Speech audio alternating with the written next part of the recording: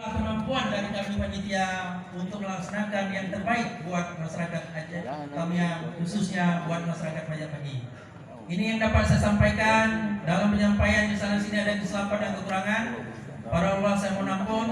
Kepada Bapak Ibu sekalian saya mohon diperbanyak maaf. Saya akhiri, wabillahi taufiq wal hidayah. Wassalamualaikum warahmatullahi wabarakatuh.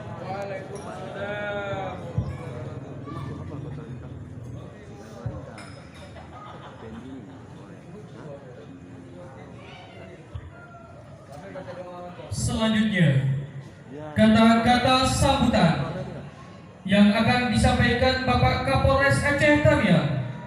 Dalam hal ini kami mintakan kepada Bapak AKBP Muhammad Yanis S3 MH. Kepada Bapak, waktu dan tempat kami persilakan dengan segala hormat.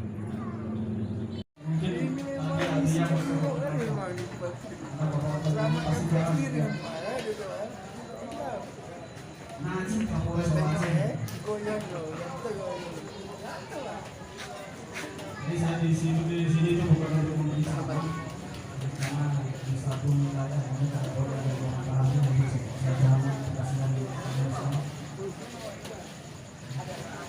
Mintakan beliau, saya pulang kasih. Jadi saya hanya memperkenalkan diri.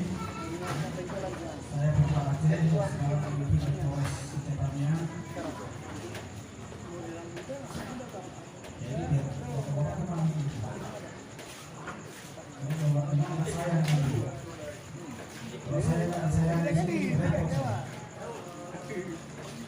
saya menjaga hati Mas di Aceh Tamiang ini tanpa dukungan dari bapak-bapak dan ibu sekalian.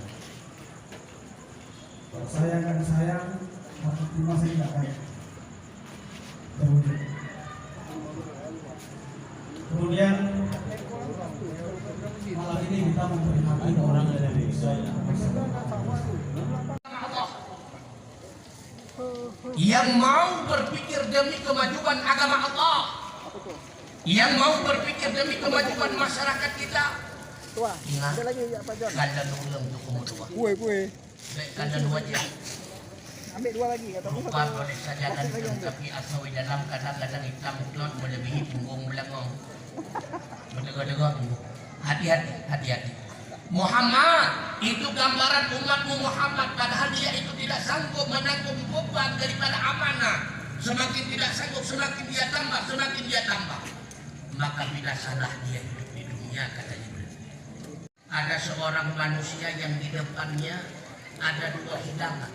Sebelah kanannya hidangan yang begitu lezat, dipenuhi dengan makanan-makanan yang begitu mewah. Sebelah kirinya terisi dengan makanan yang busuk, bahkan dipenuhi dengan ulat, berbau dan sangat menjijikkan.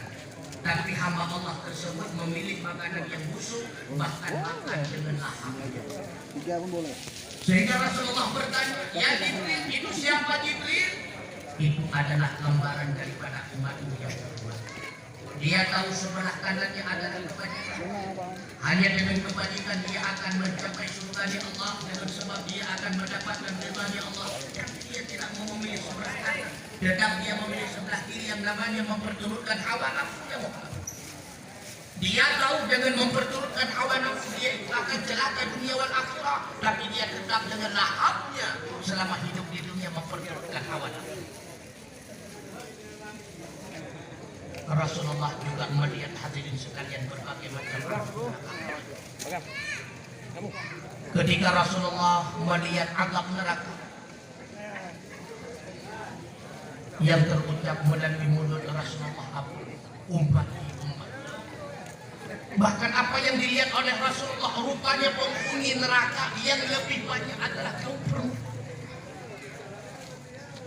Kaum perempuan merupakan penghuni neraka terbanyak.